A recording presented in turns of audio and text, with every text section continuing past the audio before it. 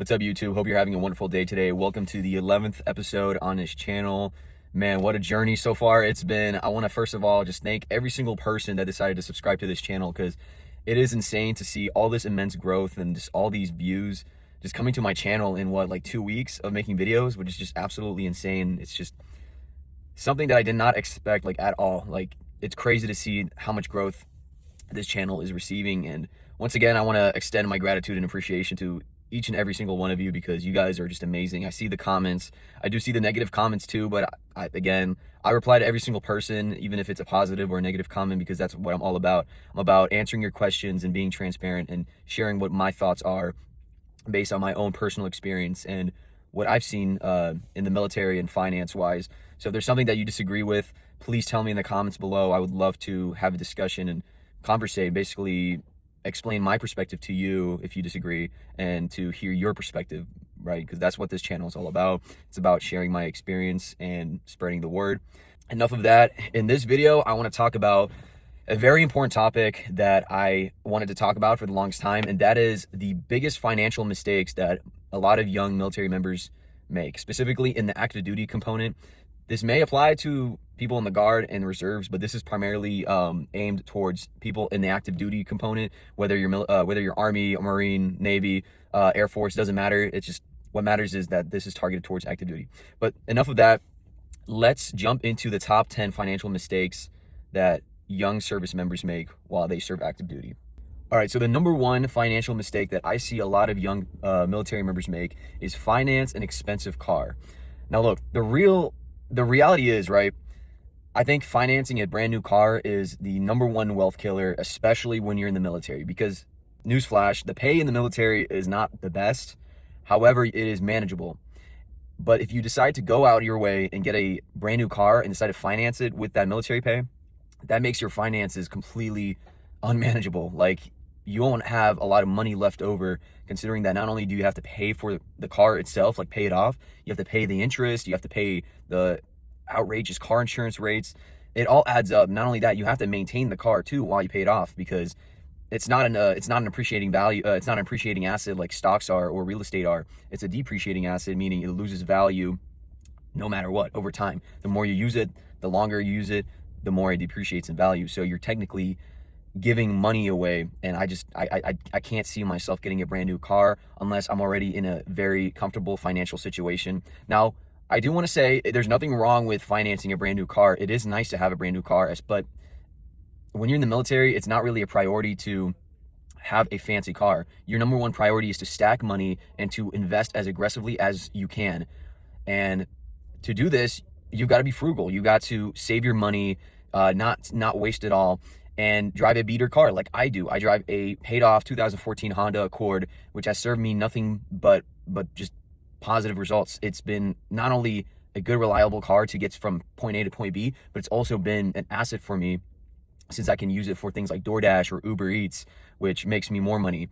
And I've already made back all the money I spent on this car through DoorDash, which is already amazing enough. And in fact, made 4 times of what I spent on this car just DoorDashing and doing Uber Eats. So I think it's well worth just going on Facebook Marketplace and finding that super reliable car that can last you for years. In fact, if you just find a Honda or Toyota or a Mazda, really just mostly Japanese manufactured cars with 100,000 miles or less, maybe between the 100,000 to 200,000 range, that's not even that bad.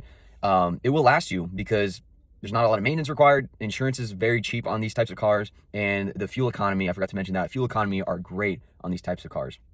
And before I end this section off, I do want to say that I think if you're financing a Honda or a Toyota, a brand new one, that is still pretty expensive in my opinion, because most brand new cars are about what, 30 to 40 grand, cheap cars, which is still pretty expensive, man. I'm not gonna lie. I just don't find it worth it, even if you're financing a reliable car.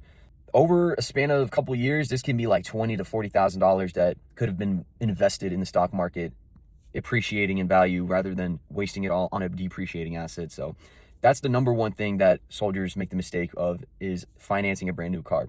So the second financial mistake that a lot of active duty service members make is not investing in the TSP early. The reality is the TSP is probably one of the best investing accounts you can gain access to, because It's exclusive to federal government employees, and it's a little different from just a regular 401k. I've noticed that a lot of service members, they would either contribute like zero or like a super small amount into the TSP, which is just, that is disastrous. And people wait years just to get started on the TSP, which is just terrible. You shouldn't do that. You need to get started as early as possible, because like I preach on this channel, investing early on is the key to success in life and financial freedom. If you join the military, or if you're currently in the military, you must use your TSP, please. At least 5%. Do 5%. That's what I do, because 5% is, I think that, like, that's the max match that they provide you. So anything more than 5% that you contribute won't be matched. So that's why I only decided to do 5%, and then they match another 5%. So again, the TSP is great because not only is it just free money through the match, but it's a great retirement tool. They invest for you. Well, not really. You can pick what to invest in, but they will invest for you if you decide to do the life cycle fund, which I personally don't do. My strategy is to invest 90% of my contributions into the C fund, which tracks the S&P 500, and then the rest of it goes towards, I think it's 5% I fund, which is international stocks, and then the remaining 5% goes to the S fund, which are like mid and small cap companies. So I have a pretty good, set of diversified stocks in my Roth TSP portfolio, but primarily in the S&P, because I believe the S&P is the safest investment overall. All right, so the third financial mistake that I see a lot of military service members make is carrying credit card debt. A lot of credit cards have super high interest rates, like between 15 to 25% interest, and it just cancels out all of the gains you get through investing. So if you're earning like 15% every year on the S&P 500, but you carry debt that has 15% interest as well, you're canceling out your gains, bro.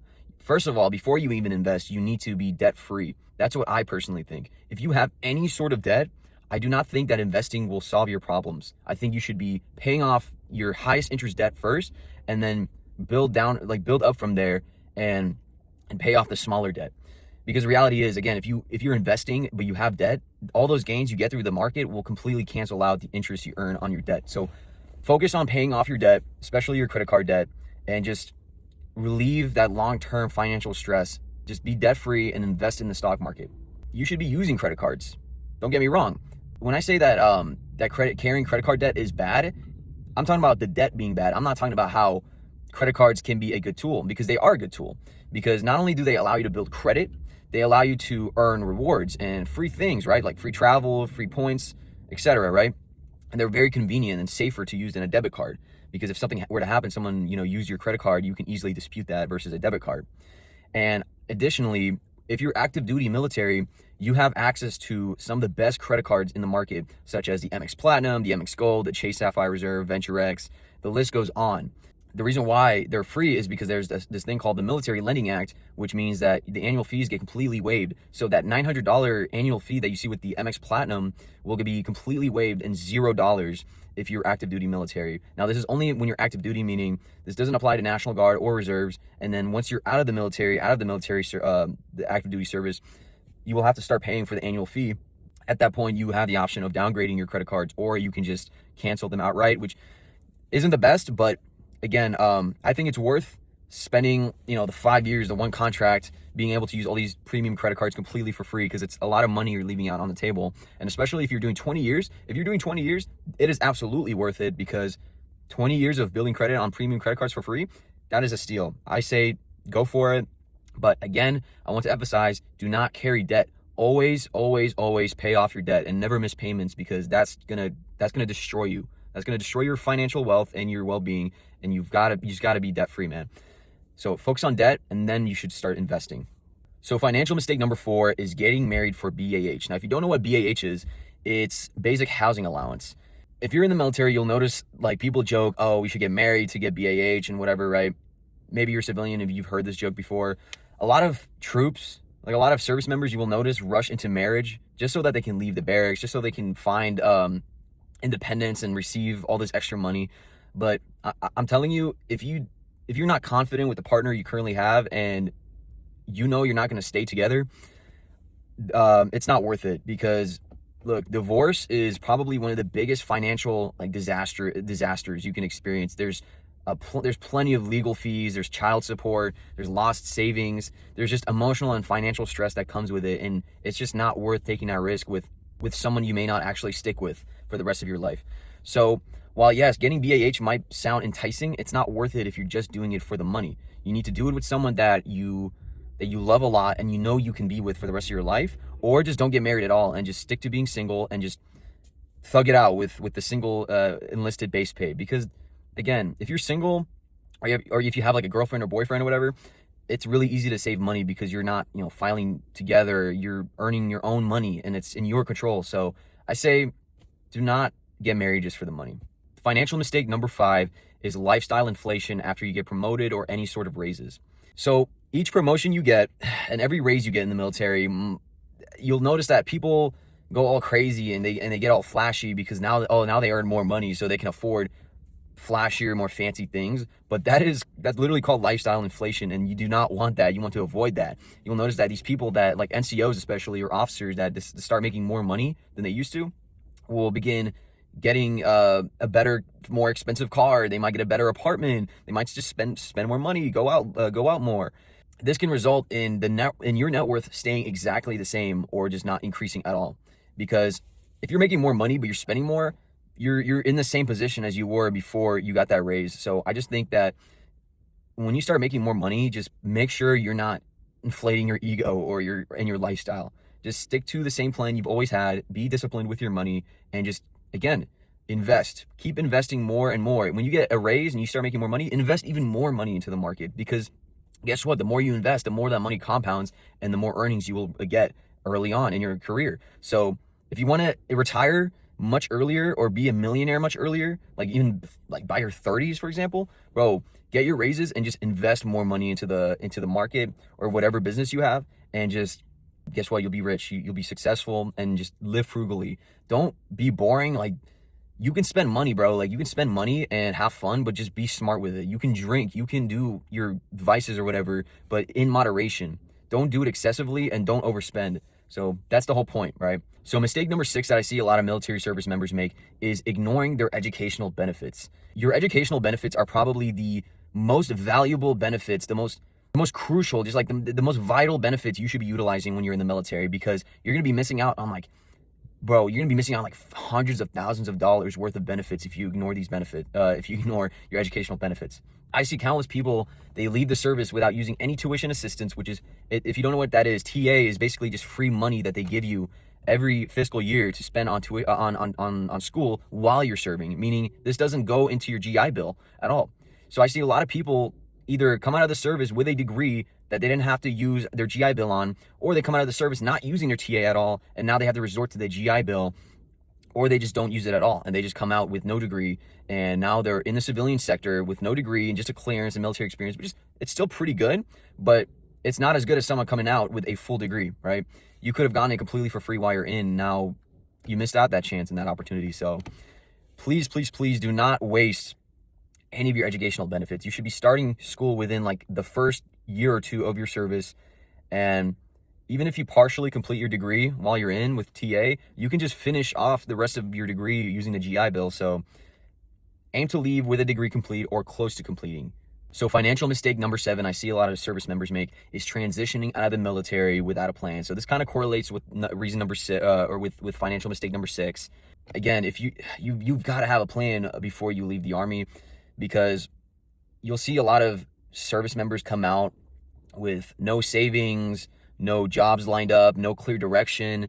And this can just create a lot of stress, a lot of pressure on not only your mental health, but also your financial stability, right? So what you should do is begin planning 2 to 3 years prior, which sounds pretty early, I know, but you've got to do it, man. You've got to build up a good emergency savings, have a lot of investments, get certifications, get your degree, start contacting agencies or companies about employment opportunities, get internships. The list goes on, bro. The Army or just any military branch will provide you all these resources, but they're not going to force you to. You've got to make the decision yourself to actually want to use these resources at your disposal. But it's such a sad reality to see a lot of people just not take advantage of all these benefits. So mistake number 8 that I see very commonly among service members is the whole mentality of spending now because you'll save later. A lot of young service members like myself have this mentality where they can worry about money later, which is actually the opposite of what you should be doing. You should be worrying about making as much money as possible during your first contract or your one and only contract while you're young, and investing aggressively so that later in life you don't have to worry about money. That's the whole point. It's about using your 20s and using your time while you're young and flexible and strong, right? Healthy, to make as much money as possible, to invest as much as possible, to stay fit, to invest in yourself, not only in the market, but to invest in yourself, like your health, your physical health, your mental health, all that, right? So that later in life, you can thank yourself you would thank your younger self for taking all those precautions. That's why you should be investing now and saving now. And on top of that, man, when you're young, and especially if you're enlisted single, you have very low expenses because you have, stable paychecks, you have free healthcare, free food, free housing, free utilities. The list goes on, right? You have all these benefits that allow you to save money. So many service members just blow all that money away because, they can. But instead, you should be saving it, investing it. I'm repeating myself, but you get the gist. Let's move on to financial mistake number 9. All right, so financial mistake number 9, this is a very, very common one. I see this the most out of all of them in this list, is constant weekend spending and party culture. Like I said, I'm not against drinking. I'm not against partying and going out. It's good to do that once in a while just to keep, good mental health and to stay motivated, have high morale. But the reality is all those small spending habits will add up, from bars, alcohol, to eating out, and all these random purchases that you make, which can often lead to $300 to $500 of expenses every month, just money that disappears like that in an instant and you can't get back. Instead of wasting all that money on random things like that, again, invest, bro. You need to invest all that money. Maybe not all of it, but invest a majority of your money and set aside a small amount that you can reasonably spend going to these parties and stuff. Now, I also want to say, you don't have to spend money to have fun, bro. And most of the time, all these parties and drinking and stuff, they're not fun sometimes. You know what I mean? I've heard people just say parties and drinking is kind of boring, man. And it's repetitive. I don't go to a lot of parties. I don't know if you could probably clearly tell, but I've been a few, right? And it's just the vibes are never the great. Okay, I would be there and kind of think to myself oh, I'd rather be doing something else right now. I could have fun doing something else. So yeah, go find some other hobbies, some other things to do rather than just spend money on alcohol and nicotine and stuff. Because another thing is, not only you're wasting your money, you're also degrading your own health. You might think, oh, I'm young, I can do this and get away with it and eat junk food and drink a lot of alcohol, but you're gonna regret it later on in life when you develop all these health issues and just health issues in general. So invest in yourself and invest in the market, and you'll be set for the rest of your life. But again, if you want to have fun, just make sure you budget and save your money and set aside some for investing and for fun.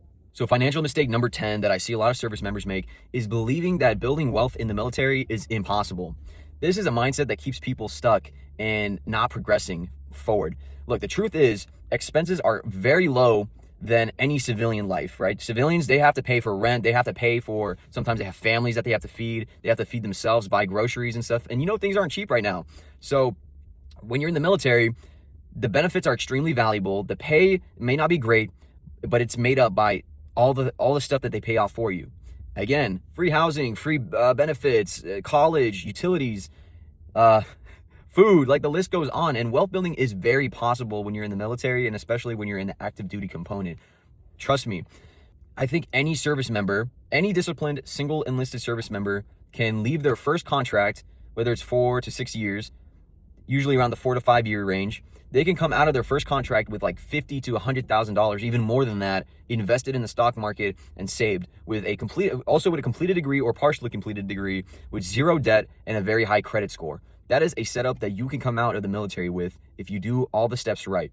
If you come into the military with a negative mindset, with a pessimistic mindset of, oh, I'm not going to be making shit, oh, my lifestyle's going to fucking suck in the military, you're joining for the wrong reason. You should be joining for the sole reason that the military can make you rich if you know how to approach it. And in this channel, I'm explaining to you how you can approach it and what you should be doing to utilize all your financial benefits and what you should be doing with your pay. That is my top 10 financial mistakes in the military. Hope you guys enjoyed the video and found it helpful. I have a big video coming out soon. It's going to be a video covering literally everything in the military, all financial benefits, the different lifestyles, different pay, like literally everything, bro. Like, you'll see. I should be uploading it either tomorrow or this weekend, so please look forward to it.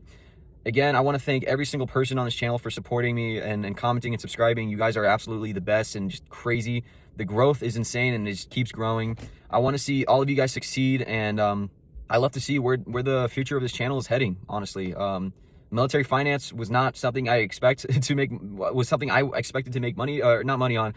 Hopefully I make money on it, but something that I expected making videos on is what I meant to say. So yeah, guys, drop a like, comment, tell me what you think, subscribe, and I'll see you guys soon.